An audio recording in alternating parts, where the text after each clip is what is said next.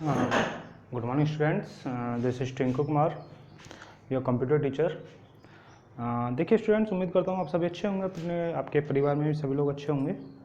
देखिए फ्रेंड्स, अब तक जो हम लास्ट वीडियोज़ में पढ़ चुके हैं वो आपका लाइनक्स ऑपरेटिंग सिस्टम के बारे में हमने पढ़ा था। उसी के बारे में थोड़ा सा CLI वगैरह लाइनक्स वाला तो प्रोवाइड नहीं हो पाया था, लेकिन आपको कमांड लाइन इंटरफेस विंडोज़ वाला हमने दिखा दिया था। उस पर थोड़े से प्रैक्टिकल्स वगैरह कराए थे जो आप कमांड वगैरह का आइडिया हो जाए। और उसके बाद देखिए यूनिट 2 आपकी अभी बची हुई है। मैंने स्टूडेंट से क्वेश्चंस पूछे कि पहले क्या पढ़ना आप पसंद करोगे, सी लैंग्वेज या फिर जो यूनिट 2 बची हुई है। तो देखिए बेटा, इसमें थ्योरी के साथ साथ प्रैक्टिकल भी बहुत ज़रूरी है। साथ साथ तो आप लोगों को तभी समझ में आने वाला होता है। थ्योरी के साथ साथ प्रैक्टिकल बहुत ज़रूरी हो जाता है, ठीक है। तो जो प्रैक्टिकल के पॉइंट ऑफ व्यू है उसकी वजह से ही हम लोगों ने उस यूनिट को अभी छोड़ दिया। स्टूडेंट्स के भी मेरे पास कई स्टूडेंट्स के मैसेज आए, एक दो की कॉल भी आ गई थी, जिनमें स्टूडेंट्स ने मुझसे बोला कि सर आप सी लैंग्वेज ही पढ़ाइए, उसको हम बाद में करेंगे। मैंने कहा ठीक है। तो स्टूडेंट्स की डिमांड पे बेटा मैंने ये एक यूनिट को छोड़ के, यानी जो सेकंड वाली आपकी बची हुई है उसी को अभी छोड़े रखा है, और यूनिट मैंने आपकी 4 शुरू करी है, सी प्रोग्रामिंग लैंग्वेज। एक इम्पॉर्टेंट एस्पेक्ट भी है, और पेपर में तो 1 या 2 क्वेश्चन जो भी आते हैं इस टॉपिक से प्रोग्राम बनाने के लिए वो, और बाकी थ्योरी से जो भी आता है वो। फिर भी यहाँ से जो भी आपका मैंने सिलेबस डिस्कस किया था तब मैंने आपको बता दिया होगा कितने मार्क्स का यहाँ से आता है। तो देखिए बेटा, ये ना सोचें कि ये 9th क्लास के लिए लिख रखा है तो सिर्फ 9th क्लास के लिए, 10th क्लास के लिए लिख रखा है तो 10th क्लास के लिए। ऐसा कुछ नहीं है। मैं बिल्कुल जीरो से, स्टार्टिंग से जो लैंग्वेज की शुरुआत होती है बिल्कुल वहाँ से लेकर चलूँगा, और आपको बिल्कुल यानी कि एकदम बेसिक जो होता है प्रोग्रामिंग का वहाँ से लेकर चलूँगा। तो 9th क्लास में भी बेसिक है इसका, और 10th क्लास में तो है ही है। तो 9th क्लास वाले भी इस वीडियो को ईजिली देखें, समझें क्या है प्रोग्रामिंग, कैसे चलाते हैं, क्या प्रोग्राम है। उससे पहले बेटा आज तो मैं आपको हल्की फुल्की वैसे चैप्टर के बारे में थोड़ा सा आइडिया दूंगा बस। बाकी क्लासेस वगैरह आपकी नेक्स्ट वीडियो में रेगुलर करूंगा बेटा। और बस आज आप थोड़ा सा इसके बारे में देख लें है क्या। मैं आपको ओरली बता रहा हूँ वैसे तो अभी। देखिए, प्रोग्रामिंग लैंग्वेज कुछ नहीं है, एक इंस्ट्रक्शन ऑफ सेट है।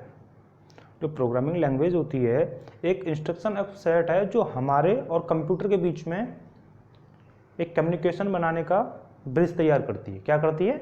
हमारे और कंप्यूटर के बीच में एक कम्युनिकेशन बनाने का ब्रिज तैयार करती है। और वो ब्रिज किसके द्वारा बनता है? सेट ऑफ इंस्ट्रक्शंस के द्वारा। किसके द्वारा? सेट ऑफ इंस्ट्रक्शंस जो आप कंप्यूटर को दे रहे हो। देखिए, जो कंप्यूटर होता है वो सिर्फ अपनी एक लैंग्वेज समझता है, और वो है उसकी बाइनरी। क्या है बेटा? बाइनरी। कंप्यूटर की जो लैंग्वेज है वो अपनी बाइनरी है, जिसमें सिर्फ और सिर्फ 0 और 1 की बात चलती है। 2 वर्ड्स होते हैं 0 और 1, पूरी इन्फॉर्मेशन 0 और 1 की कैटेगरी में जाती है, ठीक।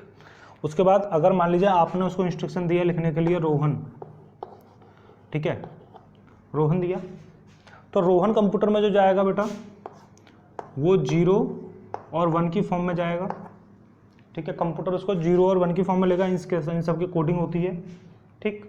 और उसके बाद फिर जो वापस आउटपुट आएगा, यानी कि जो आपको स्क्रीन पर दिखाई देगा, वहाँ से वो 0-1 की फॉर्म में ही चलेगा, लेकिन स्क्रीन पर आके आपको इस फॉर्म में दिखाई देगा। जब आपने कीबोर्ड से कमांड दी, इसको बोला इनपुट रोहन प्रिंट कराइए, वो 0 और 1 की फॉर्म में उसके पास जाएगा। फिर उसके बाद जब वो आउटपुट आपको स्क्रीन पर दिखाई देगा, मॉनिटर पर जब दिखाई देगा, तो वहाँ से 0 और 1 की फॉर्म में ही आता है, और फिर आपको आउटपुट रोहन स्क्रीन पर दिखाई देगा। ये बीच में कंपाइलर्स लगे होते हैं। क्या लगे होते हैं? कंपाइलर, जो हमारी यूजर डिफाइंड लैंग्वेज को मशीन डिफाइंड लैंग्वेज में कन्वर्ट करते हैं, ठीक है। क्या लगे होते हैं बेटा? कंपाइलर, ठीक है। एक तरीके से कन्वर्टर बोल सकते हो आप, जो एक लैंग्वेज को दूसरी लैंग्वेज में कन्वर्ट कर देते हैं। अच्छा, दूसरी बात, अब इस लैंग्वेज का थोड़ा सा मैं बताऊंगा कैसे शुरुआत हुई। देखिए, मैंने आपको जब प्रैक्टिकल कराए थे यूनिक्स पे, यानी जब हम लाइनक्स पढ़ रहे थे, तो मैंने आपको 2-4 जो प्रैक्टिकल कराए थे बेटा, वहाँ आपने देखा था कि सिर्फ और सिर्फ हमारे कोड्स ही चल रहे थे, सिर्फ और सिर्फ कोड ही चल रहे थे, ठीक है। और वो कोड कौन से थे बेटा? न्यूमेरिक कोड्स, वो सॉरी असेंबली लैंग्वेज के थे, और उनको बोला था हमने न्यूमेरिक कोड ही थे शायद असेंबली लैंग्वेज में, ठीक। चलो, अब आपने देखा कि वहाँ पहले क्या चल रहा था? सिर्फ और सिर्फ कोडिंग चल रही थी, आपको ब्लैक स्क्रीन दिखाई देती थी, उसके सिवाय वहाँ आपको कुछ दिखाई नहीं देता था, ठीक। तो बड़ी दिक्कत आई कि भाई कोड्स को कैसे याद रखा जाए, कमांड्स को कैसे याद रखा जाए, कौन सी किसकी कमांड है, कुछ याद नहीं रहता था, ठीक है। फिर पहले क्या था, जितने भी इंस्ट्रक्शंस कंप्यूटर में जाते थे वो बेटा 0 1 0 1 0 0 1 1 0 1 इस फॉर्म में जाते थे इंस्ट्रक्शंस भी। अब इसको जो कंप्यूटर का मास्टर आदमी है, जो कंप्यूटर चलाना जानता है, वही पढ़ सकता है इसको क्या है, ठीक। लेकिन उसके बाद जब ज़्यादा दिक्कत होने लगी भाई कैसे चलाया जाए कंप्यूटर्स को, कैसे चलाया जाए, तो उसके बाद उन्होंने न्यूमेरिक कोड, जैसे मान लीजिए आपका न्यूमेरिक कोड्स का मतलब है जैसे कि कुछ नंबर्स का कलेक्शन किया उन्होंने कुछ वैसे, इस यानी कि अब मैं समझाने की कोशिश करूँगा आपको। जैसे आपने देखा एडिशन को कैसे लिखते हैं हम, ठीक है। तो उन्होंने एडिशन वाली चीज़ के लिए एक कोड बना दिया बेटा ऐड, क्या बना दिया, ऐड। सब्ट्रैक्शन है जैसे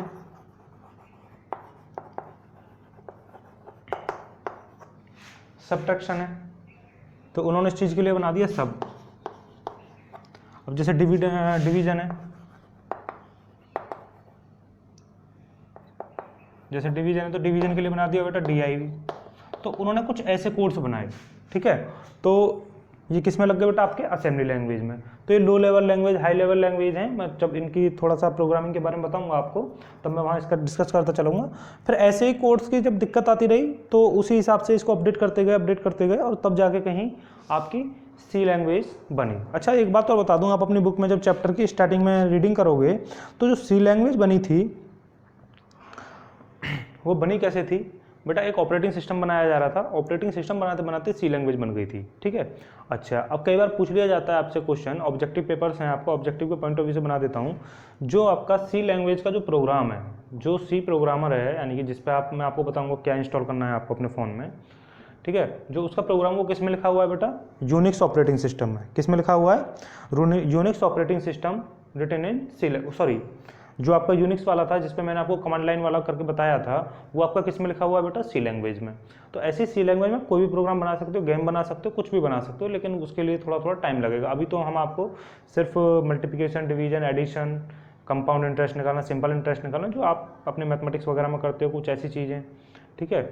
कुछ एक दो चीज़ और उसे डिफरेंट करेंगे, ऐसी चीज़ें से शुरुआत करेंगे आपकी, जो धीरे धीरे आप फिर आपको कमांड्स वगैरह उनकी याद हो जाएं, उनके जो कोड्स वगैरह हैं वो आपको याद हो जाएं। बहुत सारी चीज़ें हैं, बहुत बहुत मटेरियल है यहाँ पढ़ने के लिए, तो थोड़ा सा बस आपके अटेंशन की मुझे ज़रूरत होगी, ठीक है बेटा।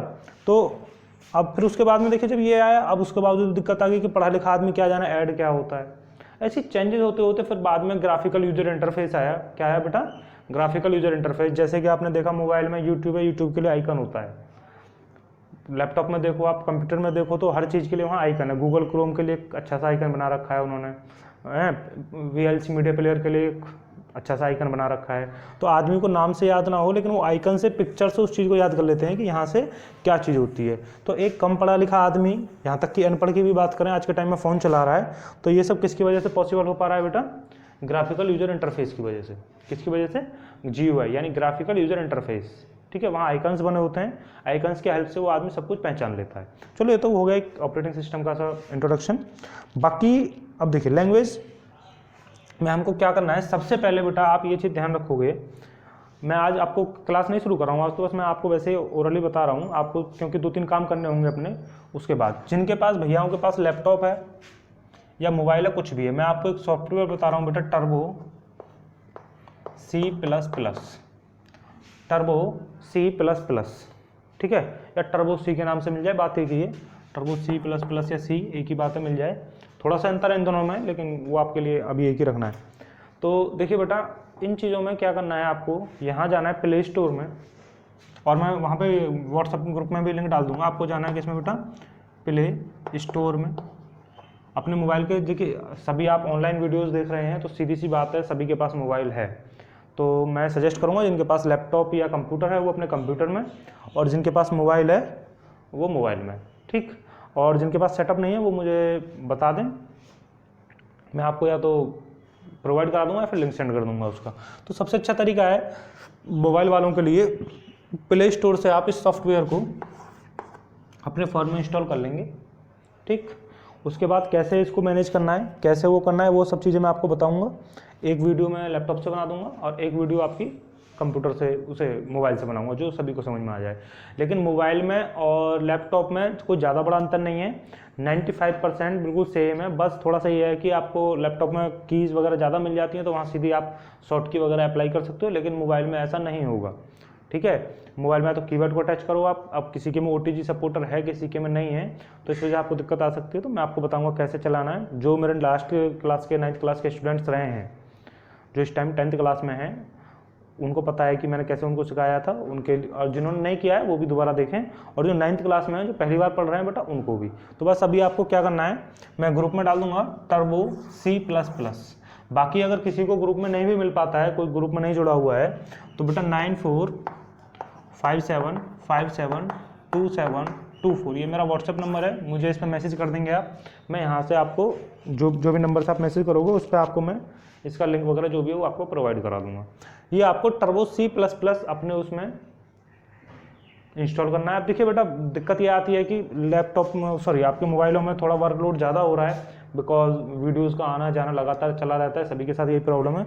तो जो फालतू के ऐप हैं आप अपने लैपटॉप से उन्हें हटा दें, मोबाइल से।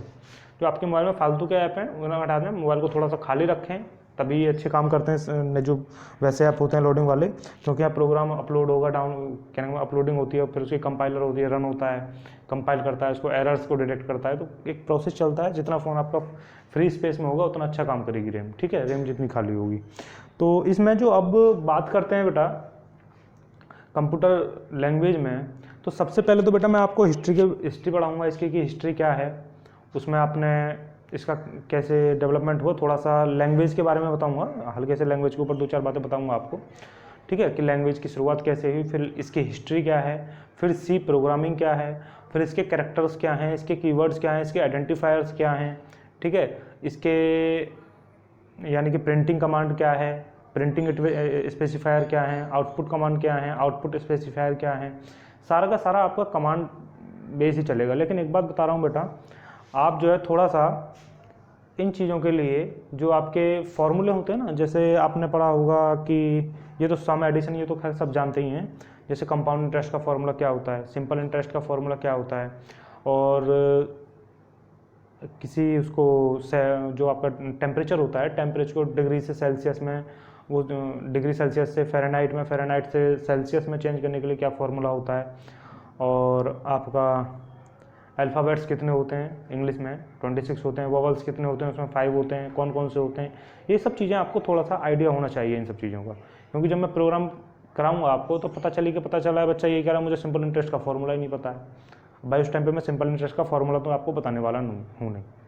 तो ये सब चीज़ें थोड़ी सी मैथमेटिकल, मुझे पता है आप सभी मैथमेटिक्स पढ़ने वाले स्टूडेंट्स हो, तो थोड़ा सा मैथमेटिक्स से शुरुआत करेंगे कि पहले हमने प्रोग्राम बनाया, write a program to add 2 numbers या 2 variables, write a program to multiply 2 numbers या 2 वेरिएबल्स, ऐसे करके, ठीक है, हम प्रोग्राम्स बनाएंगे।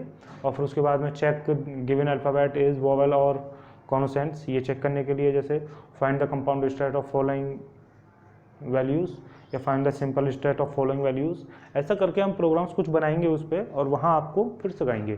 तो सबसे पहले बेटा हमारी अभी 2 दिन तक तो कोई प्रोग्राम नहीं चलने वाले हैं, 2-3 दिन तक आपको सीधा कंप्यूटर की हिस्ट्री क्या है, उसकी लैंग्वेज की हिस्ट्री क्या है, लैंग्वेज की डेफिनेशंस क्या होती है, लैंग्वेज का मतलब क्या है, ये सब चीज़ें मैं आपको ब्लैक बोर्ड पर लिखता रहूँगा और आप उसे अपनी कॉपी में नोट डाउन करते रहोगे। उसके बाद जैसे ही हम आगे बढ़ेंगे तो एक आध प्रोग्राम में रफली आपको बता सकता हूँ यहाँ, अभी वो प्रैक्टिकल नहीं करना होगा, मैं पहले आपको, ठीक है, जब मैं बता दूंगा, जब आपको अपने मोबाइल में प्रोग्राम करने शुरू करने होंगे। सबसे पहले तो हम बेटा कोई भी प्रोग्राम है उसे बनाएंगे तब सबसे पहले तो बोर्ड पर उसे समझेंगे कि ये प्रोग्राम में कौन सा वर्ड क्या है, एक एक वर्ड का मीनिंग आपको बताया जाएगा, और वो तभी समझ में आएगा जितना मैं आपको बोर्ड से मटेरियल प्रोवाइड कराऊंगा नेक्स्ट वीडियो से, वो आपकी कॉपी में मेंशन होना चाहिए, आपके कहने का मतलब कहते हैं ना कि एकदम अंदर उतर जाना चाहिए, एकदम आपके जहन में बैठ जाना चाहिए कि सर ने ये इसका क्या मतलब बताया था, बेटा तभी समझ में आएगा। वहाँ हर एक वर्ड की अपनी वैल्यू होती है। अगर आपने एक कॉमा की भी मिस्टेक इधर से उधर कर दी, अगर आपने एक कॉमा भी इधर से उधर एडजस्ट कर दिया, या कहीं भी ये लगाना भूल गए, ये बहुत लगते हैं वहाँ सेमीकोलन, ठीक है, ब्रैकेट्स बहुत लगते हैं, ठीक है, कॉमा बहुत लगते हैं बेटा, ठीक है, एक ये साइन बहुत यूज होता है, एक ये साइन बहुत यूज होता है। अगर ये साइन आपने गलती से भी कहीं मिसप्लेस कर दिए या फिर लगाना भूल गए किसी भी वजह से, तो ये सब चीज़ें आपको थोड़ी सी परेशान करने वाली होंगी। क्या होंगी बेटा? परेशान करने वाली होंगी। तो इस वजह से थोड़ा सा बस आपको कंसंट्रेट करने की ज़रूरत है, और डेली की डेली अपना काम अपनी नोटबुक में नोट डाउन करते रहिए, और उसको समझिए कि क्यों है। आपको समझ नहीं आता तो तुरंत बताइए। और देखिए आप ऑनलाइन पढ़ रहे हो, एक क्लास वाला माहौल अलग होता है, लेकिन ऑनलाइन वाला माहौल थोड़ा सा अलग होता है बेटा। तो मैं आपको सजेस्ट करूँगा, आपके कोई भी सब्जेक्ट की वीडियो है, मैं भी ऑनलाइन पढ़ता हूँ, पिछले 1.5-2 साल से मैं ऑनलाइन ही पढ़ रहा हूँ। तो आपका जो सबसे बढ़िया तरीका है ऑनलाइन पढ़ने का, सबसे पहले या तो आप उस वीडियो को एक बार अच्छे से देखिए, लिखने लिखाने का काम बिल्कुल अलग कर दीजिए। आप उस वीडियो को अच्छे से देखिए, कोई ज़्यादा मिनट की नहीं आती है, 15-15, 20-20 मिनट की वीडियो आती है कॉलेज से, मुझे सब पता है, ठीक है। तो आप उस वीडियो को एक बार अच्छे से देखिए। अच्छे से देखने के बाद उस वीडियो के जो भी आपके टीचर ने आपको पढ़ाया है, जो मैं हूँ या कोई भी आपके XYZ टीचर हैं, आप उसमें अच्छे से उस वीडियो को देखने के बाद अपनी बुक में देखिए कि सर ने आज मुझे कौन सा टॉपिक पढ़ाया है, बुक में ढूंढने की कोशिश कीजिए उसको, उस चैप्टर में, वहाँ से थोड़ी सी रीडिंग कीजिए और उसके बाद वीडियो को अगेन स्टार्ट कीजिए। आप कॉपी पेंसिल लेके बैठिए अपनी नोटबुक और तब उसमें नोट करते जाइए जो आपके टीचर ने कराया है। मैं देखता हूँ कैसे आपको समझ में नहीं आता, कैसे आपकी अंडरस्टैंडिंग नहीं होती है। उसके बावजूद भी अगर आपको कोई दिक्कत आती है तो वीडियो को दोबारा देखिए, तिबारा देखिए, 4 बार देखिए, 5 बार देखिए। वीडियो आपके पास है, एक बार देखिए चाहे 1000 बार देखिए, कोई मैटर नहीं है उसका, ठीक है। लेकिन जितना आप वीडियो को ज़्यादा देखोगे उतना आप ही का फ़ायदा होगा बेटा, उतना आप ही का फ़ायदा होने वाला है। तो एक सेकंड में अभी आता हूँ बेटा।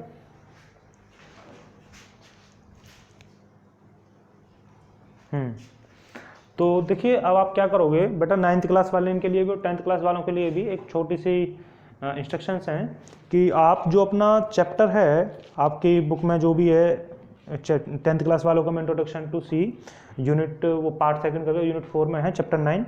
और ऐसे ही 9th क्लास वालों का जो है सी प्रोग्रामिंग लैंग्वेज जहाँ से स्टार्ट हो रही है बेटा, आप वहाँ से उस चैप्टर की रीडिंग करोगे थोड़ी सी, ज़्यादा नहीं, 2-3 पेज स्टार्टिंग के बस। सिर्फ समझ में नहीं आता कोई दिक्कत नहीं है, सिर्फ आपको रीडिंग करनी है क्योंकि उसमें स्टार्टिंग में थोड़ा सा बेसिक दे रखा है, बस आपको रीडिंग करनी है। उसके बाद क्या करना है आगे, मैं नेक्स्ट वीडियो से आपकी क्लास रेगुलर कर दूंगा और आपको एक एक चीज़ जो आपकी सिस्टमेटिक ऑर्डर में प्रोवाइड करानी है वो आपको प्रोवाइड कराता रहूँगा। अच्छा, दूसरी बात, कोई भी स्टूडेंट ये ना सोचे कि सर नोट्स बनवाएंगे या वो है, बेटा जो ब्लैक बोर्ड से बना रहा हूँ बस, हाँ लाइनेक्स ऑपरेटिंग सिस्टम में कुछ पॉइंट्स हैं ऐसे जिन पर मुझे लिखाना है, वो मैं आराम से लिखा दूंगा, डोंट वरी उसकी। लेकिन यहाँ सी लैंग्वेज में कोई भी नोट्स आपको PDF से नहीं दिया जाएगा, पहले बता रहा हूँ मैं आपको। जो भी होगा प्रैक्टिकल होगा या फिर बोर्ड पर काम होगा। तो सभी स्टूडेंट्स कोई ये ना सोचे कि सर सी के भी नोट्स प्रोवाइड कराएंगे, सी के कोई नोट्स नहीं है बेटा। पूरा ये समझिए कि मैथमेटिकल कंसेप्ट चलने वाला है एक तरीके से, जैसे मैथ पढ़ते हो आप, एक एक पॉइंट मायने रखेगा। आप यहाँ से डेली नोट डाउन करते रहिए, जो भी प्रॉब्लम है आप मेरे साथ शेयर कीजिए। प्रैक्टिकल वाली वीडियो आ रही है उसको अच्छे से देखिए, 1 बार देखिए, 2 बार देखिए, 3 बार देखिए, जब तक पॉइंट क्लियर ना हो जाए देखते रहिए, ठीक है। ज़्यादा बड़ी नहीं होगी, ज़्यादा से ज़्यादा 1-1, 2-2 प्रोग्राम की वीडियो बनाऊंगा बस मैं, 2-2 प्रैक्टिकल की, ठीक है। तो अच्छे से उन वीडियोज़ को देखिए, आप अपना काम नोट डाउन करते रहिए, आप सी लैंग्वेज एकदम सटीक तरीके से सीख जाओगे। जो मेरे पुराने स्टूडेंट रहे 9th क्लास में जो थे लास्ट ईयर, और जो अब की बार 10th D क्लास है, वो पहले 9th D थी अब 10th D हो गई है, उनसे पूछिए आप, उन्होंने जिन बच्चों ने अच्छा परफॉर्मेंस किया था, घर पे भी मेहनत की थी, क्लास में मेहनत की थी, उन बच्चों को प्रोग्राम बनाने आते हैं। ज़्यादा बड़े तो नहीं, छोटे छोटे आते हैं, सीख गए हैं वो काफ़ी, उनको इतना पता है कि एक प्रोग्राम कैसे तैयार किया जाता है। जब आप प्रोग्राम तैयार करने के 90% टारगेट पर पहुंच जाते हो तो 10% तो अपना सही कर लेते हो वहाँ पर एडजस्ट करके, कहाँ मिस्टेक हो सकती है। जितने ज़्यादा प्रोग्राम बनाओगे उतनी जितनी एरर आती हैं उसमें, बेटा एरर आती है प्रोग्राम बनाने में बहुत ज़्यादा आती हैं, 1-1, 2-2 एरर आएंगी। वो अगर आप जितना ज़्यादा प्रोग्राम बनाओगे और जितना एरर्स को रिमूव करोगे उतना ही आप ज़्यादा सीखोगे। जितनी ज़्यादा एरर आएंगी और जितनी ज़्यादा एरर्स को आप रिमूव करोगे उतना ही प्रोग्रामिंग लैंग्वेज को आप ज़्यादा सीखने वाले हो। तो ये दिमाग से निकाल देना कि गलती नहीं होगी, बिल्कुल भी गलती होंगी, सबसे ज़्यादा गलती होंगी, सीखने से ज़्यादा गलती होंगी, ये चीज़ पहले बता रहा हूँ मैं आपको। लेकिन जितनी ज़्यादा गलती होंगी आपसे, जितनी ज़्यादा गलती करोगे उतना ही ज़्यादा वहाँ सीखोगे आप। तो इस चीज़ को एकदम बिल्कुल निकाल देना दिमाग से कि हमसे नहीं हो रहा है, बेटा बिल्कुल होगा। 9th D क्लास में लगभग सारे बच्चों को प्रोग्रामिंग आती है, 2-4 को छोड़कर। जिन्होंने लापरवाही की थी उस टाइम पे उनको नहीं आती है, बाकी जितने भी मोस्टली अच्छे बच्चे हैं, मेरे लिए तो सारे ही अच्छे हैं, लेकिन 2-4 बच्चे खेल कूद में थोड़ा सा लापरवाही कर जाते हैं, तो बेटा उन्हें थोड़ा बहुत तो नुकसान उठाना पड़ेगा। लेकिन जिन बच्चों ने मेहनत की है वास्तव में उनसे प्रोग्राम बनाने आते हैं, और उन्हीं स्टूडेंट्स की डिमांड पर पहले प्रोग्रामिंग शुरू कर रहे हैं हम, ठीक है। तो 9th क्लास वाले भी 10th क्लास वाले भी अपने चैप्टर की स्टार्टिंग की रीडिंग करेंगे थोड़ी सी। नेक्स्ट वीडियो में मिलते हैं, आपकी बिल्कुल नई शुरुआत होगी। और ये ना सोचें कि सर 9th और 10th के लिए थोड़ा अलग अलग पढ़ा रहे हैं, बेटा कुछ अलग नहीं है, बिल्कुल सेम है दोनों का। थ्योरी सेम है, प्रोग्राम सेम है, बस थोड़ा सा ये है कि जहाँ 9th क्लास वालों का कंसेप्ट नहीं होगा वहाँ मैं आपको बता दूंगा कि 9th क्लास वालों का नहीं है, लेकिन अभी मोस्टली 10-12 वीडियो में तो दोनों का सेम ही चलने वाला है। जहाँ 9th क्लास का खत्म हो जाएगा वहाँ ऊपर मैं क्लास डालनी बंद कर दूंगा बेटा, ठीक है, तो आज के लिए इतना रखते हैं, मिलते हैं नेक्स्ट वीडियो में। Thank you.